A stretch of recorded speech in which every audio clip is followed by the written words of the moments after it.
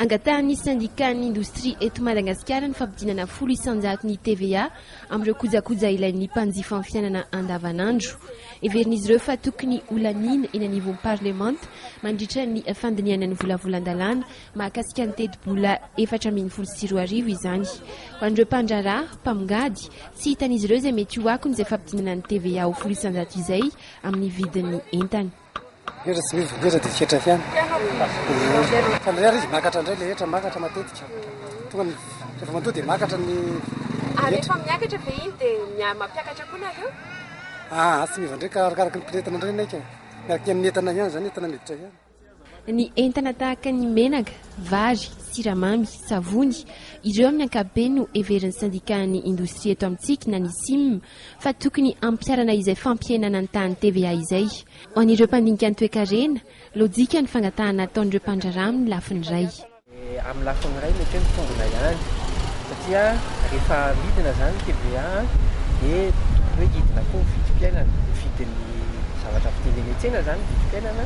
Dia betsaka kokoa izany ny olona lasa mividy dia mitombo kokoa izany ny vola miditra amin'ny mpandraharaha. Dia eo koa moa hoe rehefa ny TVA no ampidinina dia 20% izy taloha dia midina 10%, dia betsaka kokoa izany no marge miditra amin'ny mpandraharaha dia mba hahafahan'ny zareo mba hoe mividy manatsara kokoa izany ny fitaovana hoentin'izareo miasa ilay izy. Tsy tokony hijanona eo ihany anefa ny fomba fijery amin'ny famerenana amin'ny laon'ny toe-karena ho azy ireo mila paikady hafa ihany koa. Resaka recette fiscale ihany no tokony recette miditra amin'ny fanjakana. Fa misy koa ny atao hoe recette non fiscale.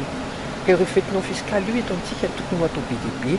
Ka ny antsika koa izany tokony hoe hain'ny fanjakana tsara migerer an'ireo vatosoa, hainy tsara migerer an'ireo hoe volamena, no bois de rose. Fa raha reo fotsiny anie no hay tsara migerer an'ireo tena afaka tena mampitombo ny karaha-mampiasa na karaha-mampiasa fanjakana izany rehefa miakatra moa karaha-mampiasa dia mitombo ny vola miditra amin'ny fanjakana dia mazava ho azy fa afaka mampitombo ny consommation ny fanjakana rehefa mitombo ny consommation izany dia mitombo ny production any amin'ny entreprise dia tafiditra amin'ilay atao hoe cercle vertueux tsika dia mitombo ho azy izany ny croissance any économie eto Madagasikara.